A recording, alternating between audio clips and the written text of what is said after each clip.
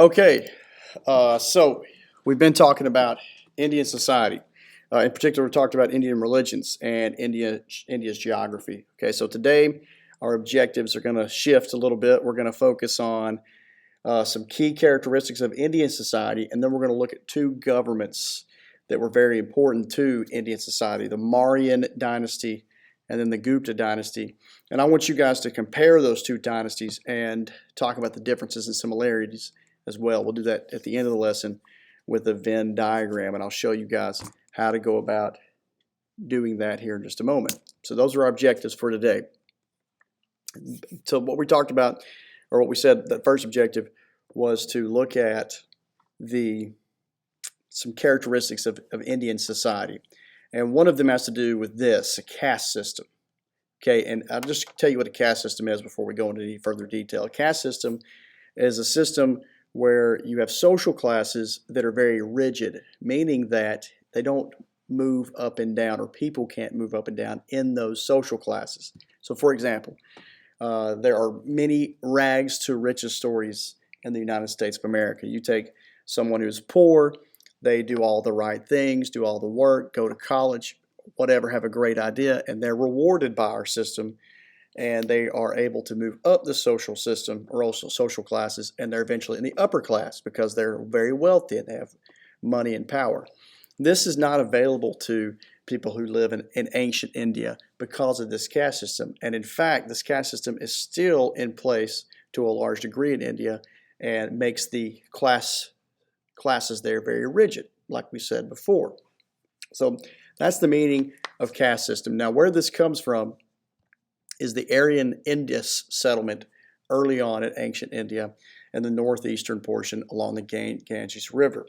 The Aryans that settled there, they rule over these kingdoms, almost separate states in India, and each of these little kingdoms is led by a warlord called a Raja, that word right there.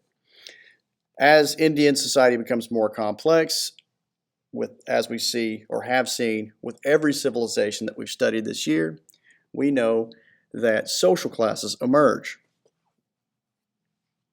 In India, this class system, or these castes, are called varnas.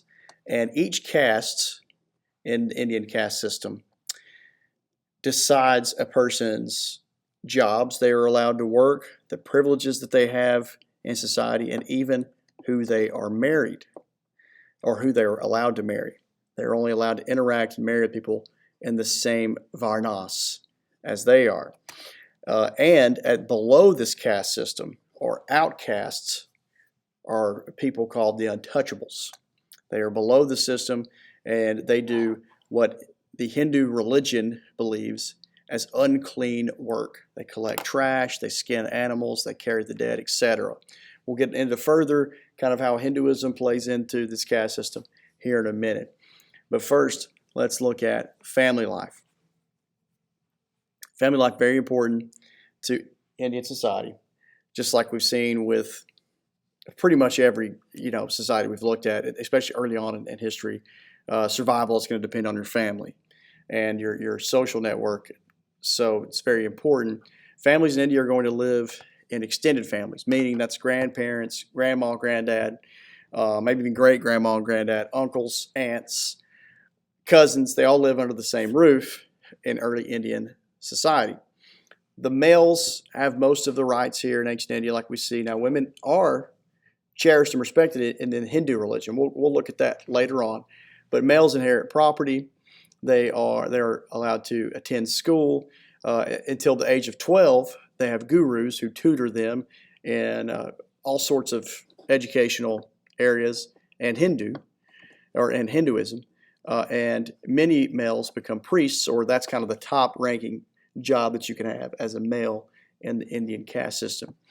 Divorce is not permissible, and most marriages were arranged in the teen years for early Indian people.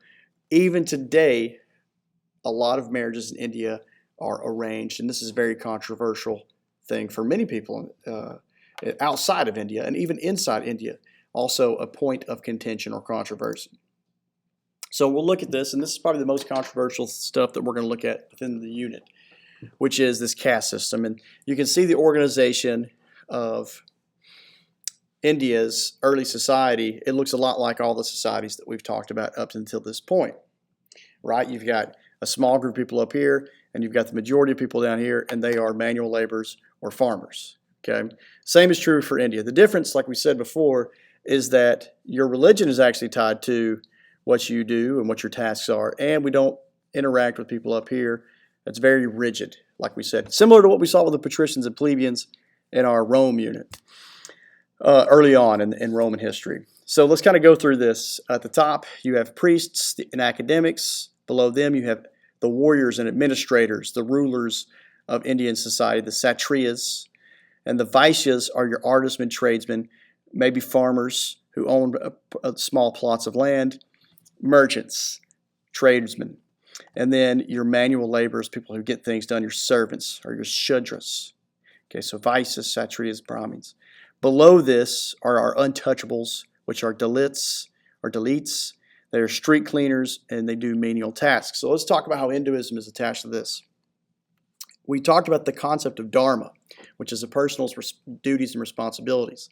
Hinduism holds that if you want to be a Vaishya, then you have to wait until the next life. And this life, you should focus on whatever your task, whatever jobs and responsibilities that your social class demands you to conduct or to carry out. So, in other words, a Sudra who would try to live like a tradesman, a Vaishya, would actually develop bad karma and then possibly be in a worse situation in their next life, maybe even an untouchable, somebody who's not capable of breaking the cycle of reincarnation, moving up the social class system, and achieving moksha, that universal peace that we've discussed.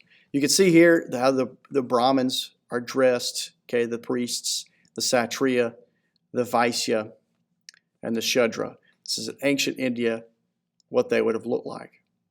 And then up here, we see your aristocratic Indian people, just an example of the wealth and the top of the social caste system. This is, going to be, Indian people are going to have a lot of wealth, and this is what they may look like, right? You see the adornment, the jewelry, the elegance.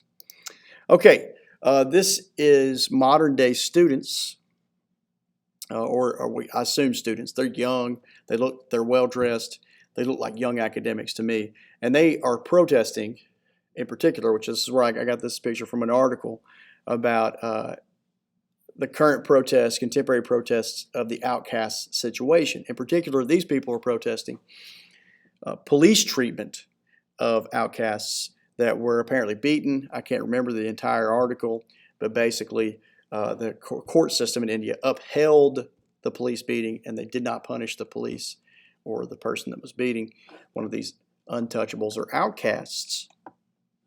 A very famous situation in India is they have a huge population, and the cities of Bombay and Delhi have massive slums.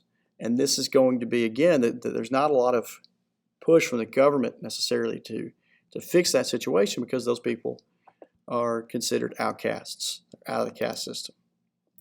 Okay, moving on. The new concept, big concept that we're looking at, is that the Mauryan and Gupta dynasties formed the first great Indian empires. Their cultures were the basis for the civilizations that followed. Now remember, before these dynasties or these governments conquer these Indian states, that you have to understand that there were states, right? That these Rajas, these warlords, divided up India into different territories. And then you see Chandra Gupta Mauryan come on the scene. He is here because he established the first Indian empire. And according to legend, he eventually became Jainist and starved himself in a cave. And I put hashtag rough way to go. See a picture there of Chandra Gupta Mauryan. And he's going to establish the Mauryan Empire. And he's going to do so through fire and brimstone, by using an army of 600,000 people to crush any resistance. And this is kind of what makes him famous, is that eventually he rejects that bloodshed and adopts the most nonviolent of the Indian religions, Jainism. And to the point where the Jains, we've already discussed this, they oftentimes don't even eat because they're afraid to kill living creatures. Chandragupta Mauryan united the Indian kingdoms, into one in 321 BC, and he establishes a capital in Pataliputra in the northeastern portion of modern-day India. The Mauryan dynasty is going to be the largest of the Indian dynasties. It's going to conquer Pakistan and all of the subcontinent of India.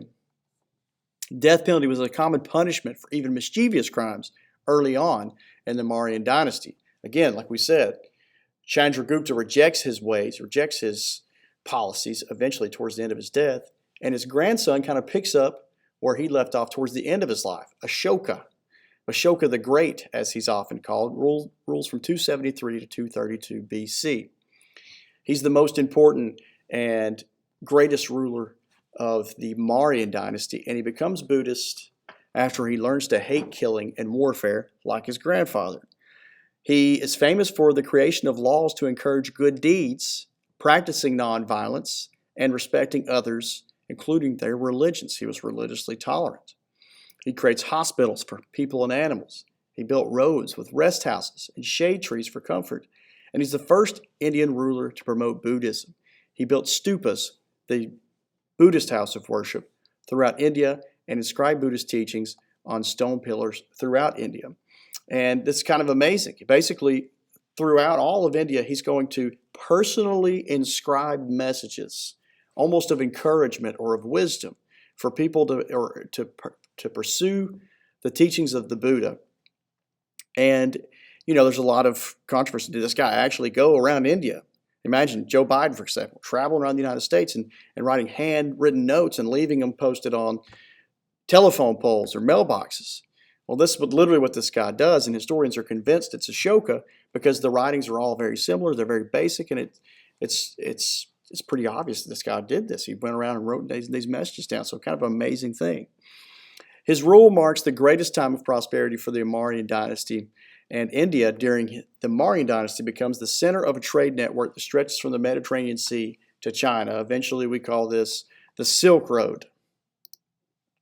And we see the Maurya Empire here, and it's a massive amount of territory, close to the size of the Rome during the Pax Romana. All of the Indian states here united, Pakistan conquered, and we see Pataliputra over here in the northeastern portion of India. This is a stupa. Stupas like this were built all throughout India to promote the practice of Buddhism during the Mauryan Empire. And this is a picture of Ashoka the Great and Buddha.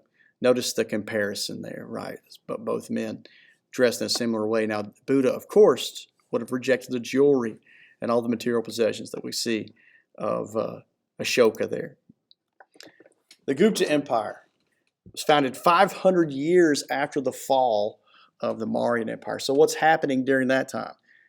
Instability, years of warfare, families killing other families, just these states jockeying for power over who can eventually dominate India and submit the will of the people to their rule. Eventually, this ends with Chandragupta reuniting India and beginning the Gupta dynasty. And like we said, this happens in the year 320 AD. The Gupta dynasty is going to rule until 600 AD. And Samudragupta, who is the son of Chandragupta, is going to be the more important of the leaders here. So Chandragupta, the founding leader, Samudragupta, the most important. He was a great military leader. He was patron of the arts and patron of literature. And during the Gupta Empire, we see a golden age of cultural contributions that were conducted or created during the Gupta Empire. Gupta kings donated money to try to encourage this, to Hindu scholars in particular, and they would also build Hindu temples. So we see a shift away from Buddhism in the Mauryan Empire and an encouragement of Hinduism in the Gupta Empire. The Gupta economy centered around trade, salt, cloth, and iron were common goods traded in India, and this made Gupta rulers extremely wealthy. They owned silver and gold mines.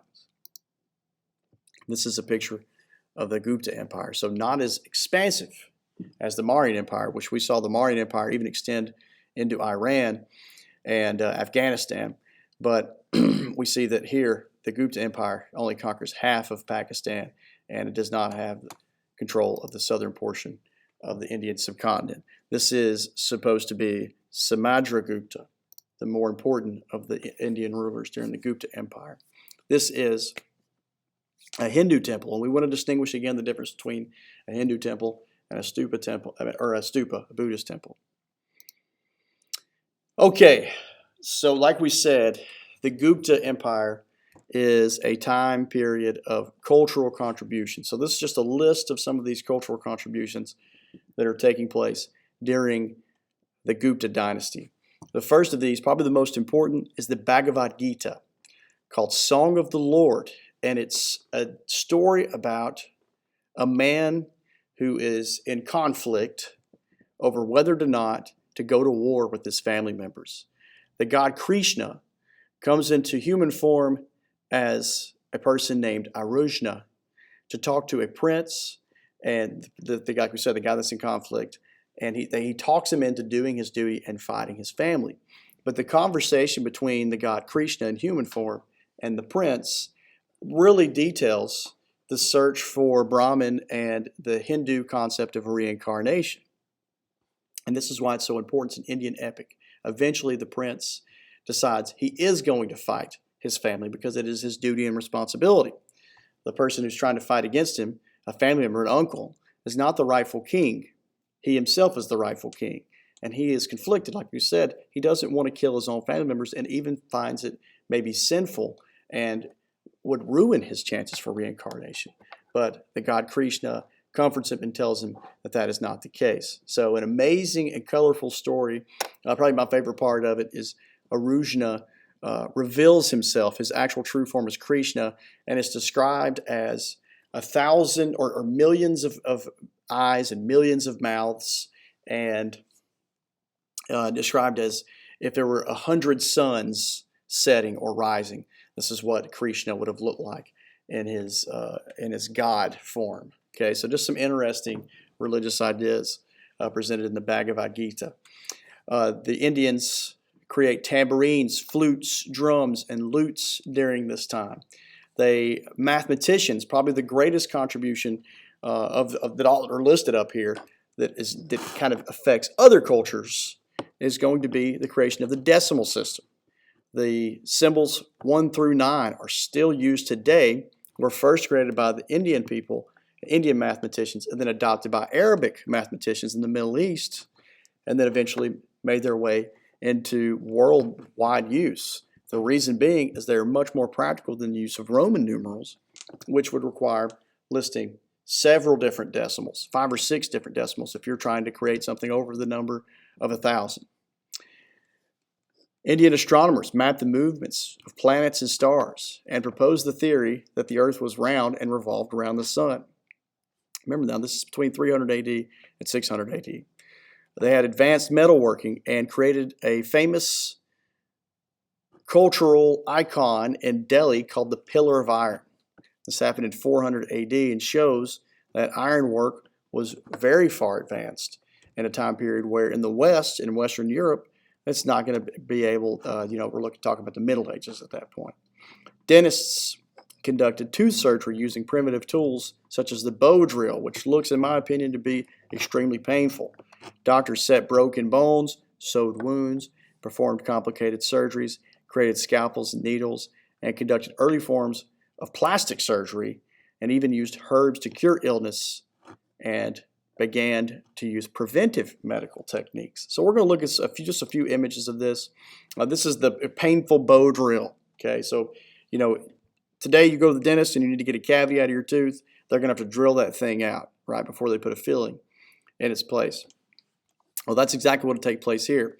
You stick that part in the bad part of the tooth, and the dentist would move this thing back and forth and cause a circular motion or a back and forth motion to cause friction of the tooth, and eventually the cavity is gone. So you can imagine the pain that would have taken, and I guess this right here was used to hit the top of that and drive it down into the tooth.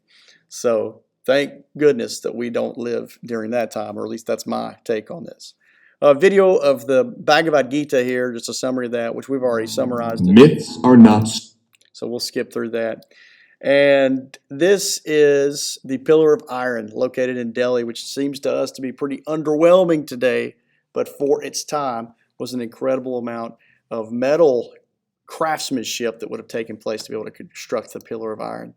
And these are scalpels, medical tools used by ancient Indians that have been preserved throughout the years. Okay, what I want you guys to do after you're done taking notes, and one thing, this should be, or I should have already probably said this. If you get to a portion of the video and I'm moving too fast, pause the video, take the notes, and then listen to me talk and move on. But after you've got your notes and you're ready to go, I want you to open up the Venn diagram activity in Schoology and compare and contrast the Mauryan and the Gupta empires. So as you can see, first of all, the way this works is both of these little things here are Google Drawings. You'll have to double click on this. And when you double click it again, and it'll allow you to type on it. Okay, so the first of these, the Mauryan dynasty, you're going to go in and find the time period, the founding leader, the best, most important leader.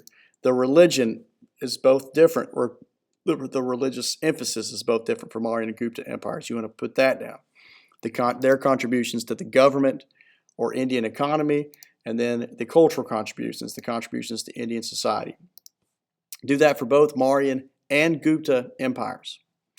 And then I want you to find 3 similarities in the middle between both of these. Okay, so that may be the difficult part because we didn't really talk about similarities. Use your notes, use your brain, connect some ideas, and find me 3 similarities. I don't want to say this is due by the time that I return. Just do your best to get it done and get as much of it as you can knocked out. If you have any questions for me, message me on Schoology, and I will do my best to get back to you as soon as possible. All right, good luck. Do the best you can on this stuff. I hope that you're at least somewhat interested in Indian society and the Mauryan and Gupta dynasties.